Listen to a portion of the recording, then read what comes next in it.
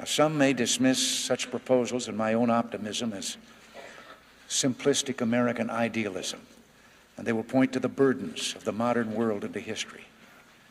Well, yes, if we sit down and catalog year by year, generation by generation, the famines, the plagues, the wars, the invasions mankind has endured, the list will grow so long and the assault of humanity on humanity so terrific that it seems too much for the human spirit to bear. But isn't this narrow and short-sighted, and not at all how we think of history?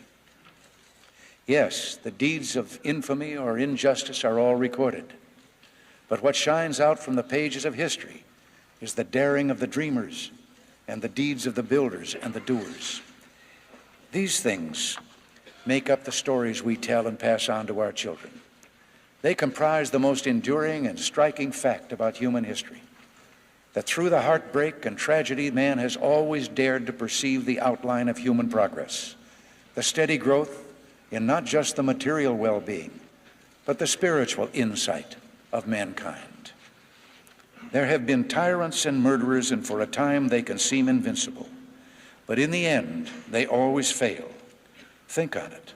Always, all through history, the way of truth and love has always won. That was the belief and the vision of Mahatma Gandhi. He described that, and it remains today a vision that is good and true.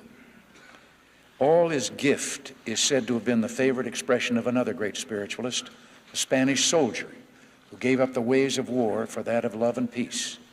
And if we're to make realities of the two great goals of the United Nations Charter, the dreams of peace and human dignity, we must take to heart these words of Ignatius Loyola. We must pause long enough to contemplate the gifts received from him who made us, the gift of life, the gift of this world, the gift of each other, and the gift of the present. It is this present, this time, that now we must seize. I leave you with a reflection from Mahatma Gandhi, spoken with those in mind who said that the disputes and conflicts of the modern world are too great to overcome. It was spoken shortly after Gandhi's quest for independence had taken him to Britain.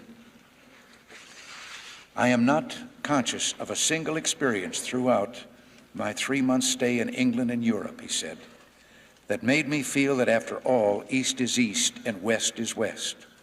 On the contrary, I have been convinced more than ever that human nature is much the same no matter under what climate flourishes, and that if you approach people with trust and affection, you would have tenfold trust and thousandfold affection returned to you. For the sake of a peaceful world, a world where human dignity and freedom is respected and enshrined, let us approach each other with tenfold trust and thousandfold affection.